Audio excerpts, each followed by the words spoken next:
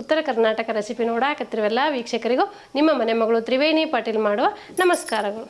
ನಾನಿವತ್ತು ನೆನೆಸದೆ ರುಬ್ಬದೆ ಬೇಗನೆ ಮಾಡುವಂಥದ್ದು ಒಂದು ರೆಸಿಪಿ ಮಾಡಿ ತೋರಿಸ್ತೀನಿ ರೀ. ಆ ರೆಸಿಪಿ ಹೆಂಗೆ ಮಾಡೋದಂತೆ ನೋಡ್ಕೊಂಬರೋಣ ಬರ್ರಿ. ಮೊದಲೇದಾಗಿ ನಾನು ಪಾತ್ರೆ ಇಟ್ಕೋತೀನಿ ರೀ.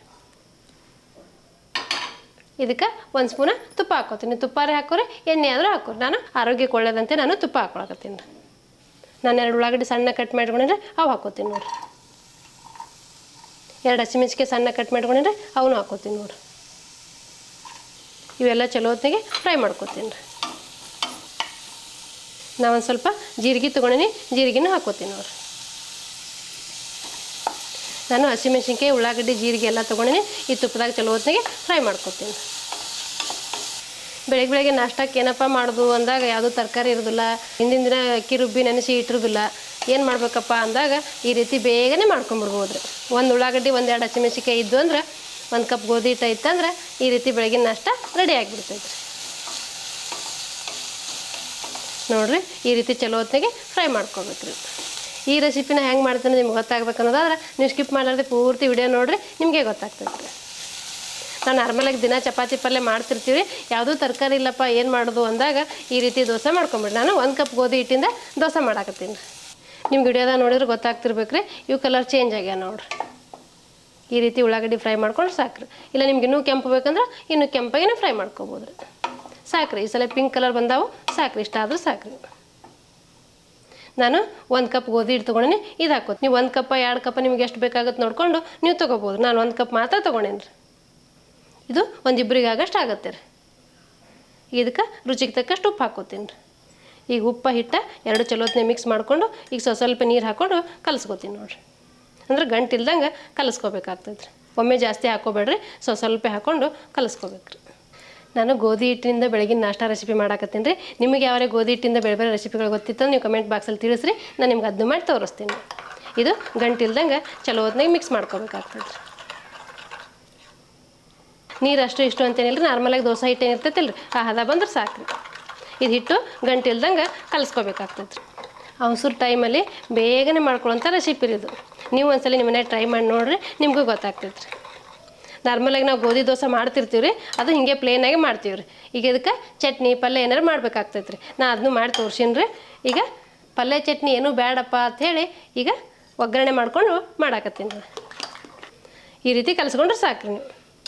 ಇದಕ್ಕೆ ನಾನು ಒಂದು ಸ್ವಲ್ಪ ಕೊತ್ತಂಬರಿ ತೊಗೊಂಡಿನಿ, ಕೊತ್ತಂಬರಿ ಹಾಕೋತೀನಿ ರೀ. ಒಂದು ಸ್ವಲ್ಪ ಅರಿಶಿನ ಪುಡಿ ತೊಗೊಂಡಿನಿ, ಅರಿಶಿನ ಪುಡಿನೂ ಹಾಕೋತೀನಿ. ಅಂದ್ರೆ ಕಲರ್ಗೋಸ್ಕರ ಹಾಕೊಳಕತ್ತೀನಿ. ನೀವು ಬೇಕಂದ್ರೆ ಹಾಕೋಬೋದು, ಬೇಡಂದ್ರೆ ಸ್ಕಿಪ್ ಮಾಡ್ಬೋದು.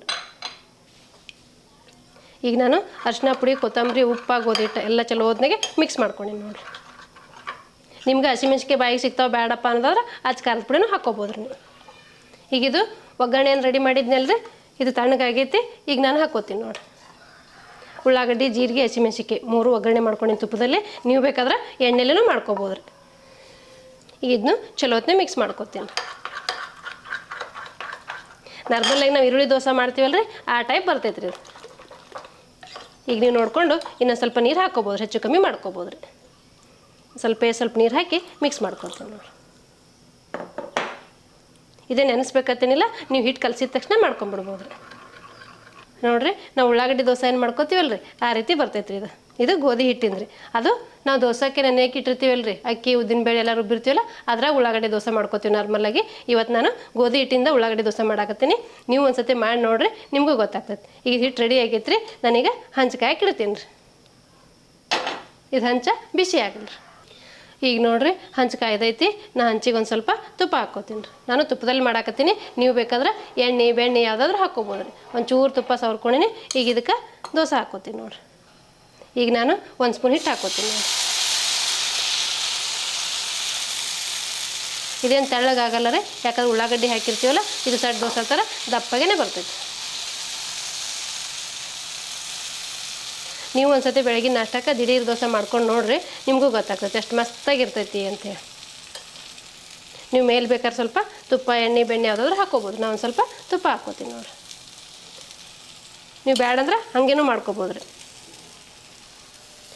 ಬೆಳಗ್ಗೆ ಎಣ್ಣೆದು ಬೇಡಪ್ಪ ಅನ್ನೋದಾದ್ರೆ ಈ ರೀತಿ ತುಪ್ಪ ಹಾಕ್ಕೊಂಡು ಮಾಡ್ಕೊರಿ. ಗೋಧಿ ಹಿಟ್ಟು ಆರೋಗ್ಯಕ್ಕೆ ಒಳ್ಳೇದ್ರಿ. ದಿನ ಚಪಾತಿ ತಿಂದು ಬೋರಾದಾಗ ಈ ರೀತಿ ಮಾಡ್ಕೊಂಡು ತಿಂದ್ರೆ ಆರೋಗ್ಯಕ್ಕೂ ಒಳ್ಳೇದ್ರಿ. ಮತ್ತು ನಮಗೂ ಚೇಂಜ್ ಆಗುತ್ತೆ. ವಾವ್ ನೋಡಿ ತಿರುಗಿಸಿ ಹಾಕಿನಿ ಎಷ್ಟು ಮಸ್ತಾಗಿ ಬಂದೈತೆ ನೋಡಿ. ಬೆಳಗಿನ ನಾಷ್ಟಕ್ಕೆ ಬೇಗ ಮತ್ತು ಸುಲಭವಾಗಿ ಮಾಡುವಂಥ ದಿಢೀರ್ ಗೋಧಿ ಹಿಟ್ಟಿನ ದೋಸೆ ರೀ. ನೋಡಿರಿ ತಿರುಗಿಸಿ ಹಾಕಿ ಎರಡು ಸೈಡು ಬೇಯಿಸ್ಕೊಂಡ್ರೆ ಸಾಕು. ಇವು ತುಂಬ ಸಾಫ್ಟಾಗಿರ್ತಾವೆ ರೀ. ಇದಕ್ಕೇನು ಚಟ್ನಿ ಬೇಡ, ಪಲ್ಯ ಬೇಡ, ಏನೂ ಬೇಡ ರೀ. ನಾವು ತುಪ್ಪ ಹಾಕಿ ಮಾಡಿರ್ತೀವಿ, ಬಾಯಿ ತುಂಬ ಉಳ್ಳಾಗಡ್ಡಿ ಇರ್ತಾವೆ, ನೀವು ಆರಾಮ್ಸೆ ತಿನ್ಬೋದು ರೀ. ಇಲ್ಲಪ್ಪ ನಾವು ಇದಕ್ಕೆ ಚಟ್ನಿ ಮಾಡ್ಕೋತೀವಿ ಅಂದ್ರೆ ಪ್ಲೇನ್ ದೋಸೆ ಮಾಡ್ಕೊಂಡು ತಿನ್ಬೋದು ರೀ. ನೀವು ನಾರ್ಮಲಾಗಿ ಗೋಧಿ ಹಿಟ್ಟಿನ ದೋಸೆ ಮಾಡ್ತೀವಲ್ಲ ರೀ, ಆ ರೀತಿ ಮಾಡ್ಕೊಂಡು ತಿನ್ಬೋದು ರೀ. ಈಗ ನೋಡಿರಿ ನಾ ಮಾಡ್ಕೊಂಡಿರೋಂಥ ದೋಸೆ ಸರ್ವ್ ಮಾಡ್ತೀನಿ. ಎಷ್ಟು ಮಸ್ತಾಗಿ ಎಷ್ಟು ಸಾಫ್ಟಾಗಿ ಬಂದಾವೆ ನೋಡಿರಿ. ನೀವು ವಿಡಿಯೋದಾಗ ನೋಡಿದ್ರೆ ನಿಮಗೆ ಗೊತ್ತಾಗ್ತಾವೆ. ನಾನು 1 ಕಪ್ ಹಿಟ್ಟು ಏನು ತೊಗೊಂಡಿದ್ನಲ್ಲ ರೀ, ಅದ್ರಾಗ 4 ದೋಸೆ ಆಗ್ಯಾವ ನೋಡಿರಿ. ಇಬ್ಬರು ತಿನ್ಬೋದು ರೀ ಇವು. ಇದಕ್ಕೇನು ಚಟ್ನಿ ಬೇಡ, ಪಲ್ಯ ಬೇಡ, ಏನೂ ಬೇಡ. ಬೆಳಗ್ಗೆ ಬೇಗನೆ ದಿಢೀರಾಗೆ ಮಾಡ್ಕೊಂಬಿಡ್ಬೋದು ರೀ. ನೀವು ಒಂದ್ಸಲ ನಿಮ್ಮ ಮನೇಲಿ ಮಾಡಿ ನಿಮ್ಮ ಅಭಿಪ್ರಾಯ ತಿಳಿಸ್ಬೋದು ರೀ.